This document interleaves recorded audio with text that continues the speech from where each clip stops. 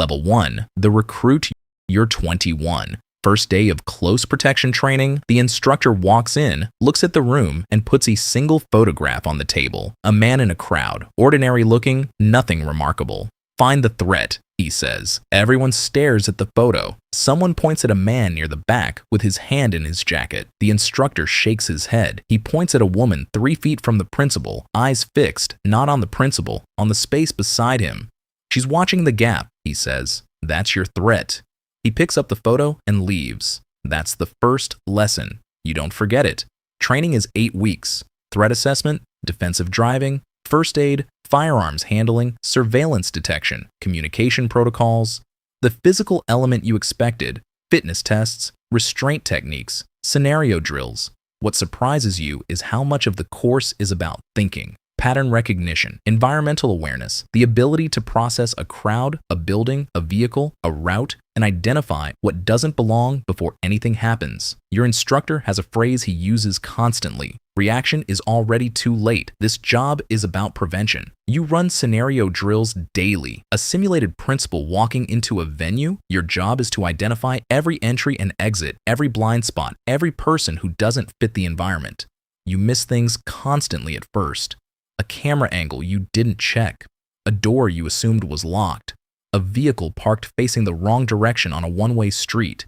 Each miss gets debriefed. Each debrief adds something permanent to how you see the world. You qualify. Certificate in close protection. You are now the least experienced person in a profession where experience is everything. You know this. You go looking for work anyway. First job, event security, a corporate conference, low risk, 300 attendees. You stand at a door for 9 hours checking lanyards. It is nothing like the training scenarios. It is also exactly what you need, learning to stay alert through hours of nothing, because the moment that matters never announces itself in advance. Level 2, the Junior Close Protection Officer, first proper CP posting, a private security firm, mid-tier clients, executives, minor public figures, occasional high net worth individuals visiting from overseas. Your team leader is a former military police officer named Shaw, economical with words, precise with everything else. First week, Shaw takes you on an advanced sweep of a hotel venue before a client arrival. He moves through the building slowly, methodically, noting service entrances, checking sight lines from the street, speaking briefly with hotel security. 40 minutes. Then he asks you to walk him through what you observed. You give your assessment. He listens, then points out 4 things you didn't mention: a delivery bay with no camera coverage, a stairwell that exits behind the welcome area, a staff member who made eye contact with you twice without acknowledgement, a parked vehicle outside that had been there when you arrived and was still there 40 minutes later. You looked, he says. You need to see. First months are team support, driving, communications, perimeter coverage. You watch how senior officers move with a principal, how they position themselves without drawing attention, how they scan a room while appearing to be doing nothing. The invisibility is deliberate and practiced. A bodyguard who draws more attention than the principal is a liability. Your first solo shift, a low-risk client, short duration, familiar environment. Nothing happens. You file your report. Shaw reads it and says it's adequate.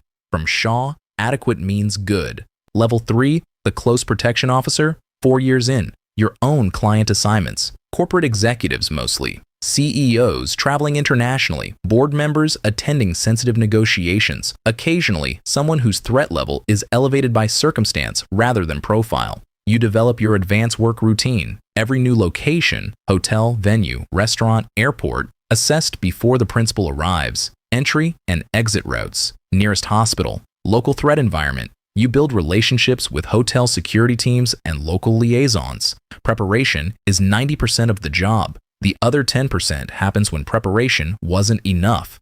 A client's schedule is leaked to a media outlet. Suddenly, a low-profile business trip becomes something with cameras outside the hotel and a small hostile crowd at one venue. The threat level hasn't fundamentally changed, but the environment has.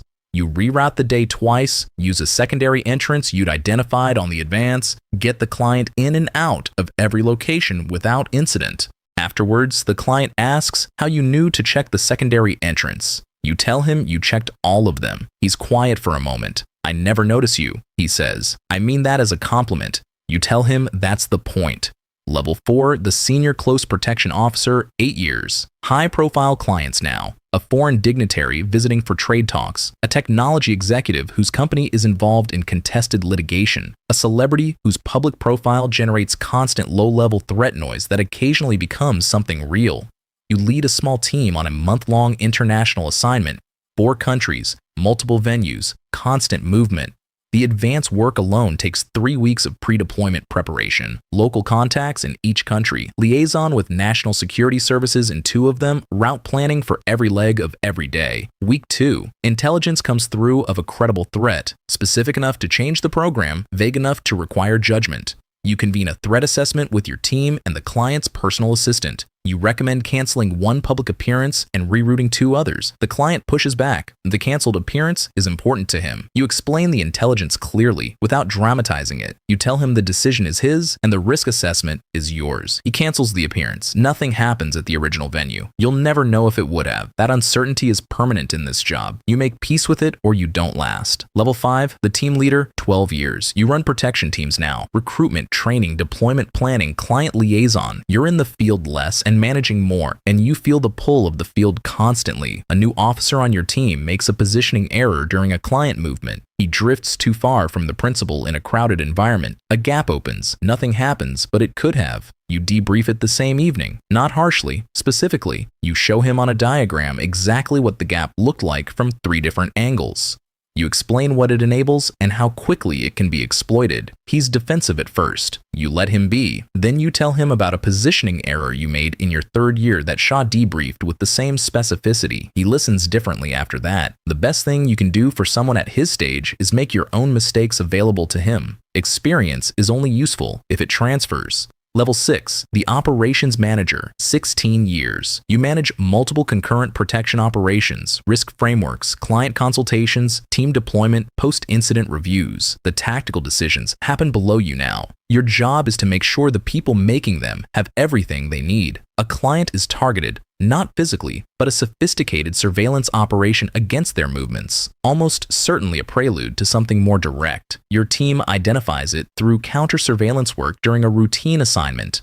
You escalate immediately, brief the client calmly, implement countermeasures, coordinate with law enforcement where the legal threshold is met. The threat doesn't materialize into anything physical. Your counter-surveillance work either disrupted it or deterred it. You'll never know which. That ambiguity is the nature of effective protection. Success looks like nothing happening, which means success is invisible. You write the incident report. It's thorough, precise, unemotional. It joins a filing system full of incidents that publicly never occurred. Level 7, the Director of Security, 22 years. You head the security division of a private protection company, strategic planning, major client relationships, industry partnerships, crisis response protocols. You advise clients at board level on security posture and risk management. A junior officer finds you before a morning briefing. She asks, carefully, how you switch off, how you stop seeing threat assessments when you walk into a restaurant with your family or step into a hotel lobby on holiday. You consider the question seriously.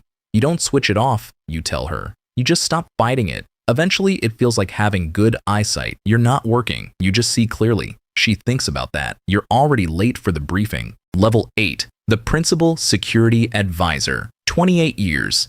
Heads of state have sat across from you in security briefings.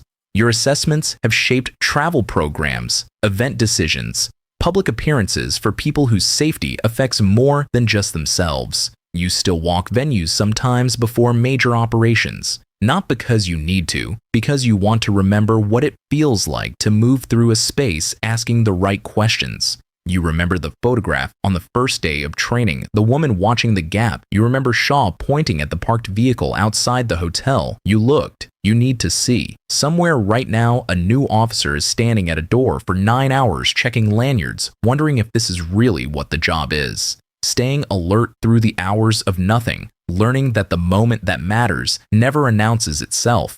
They're learning the most important thing already. They just don't know it yet. The cycle continues.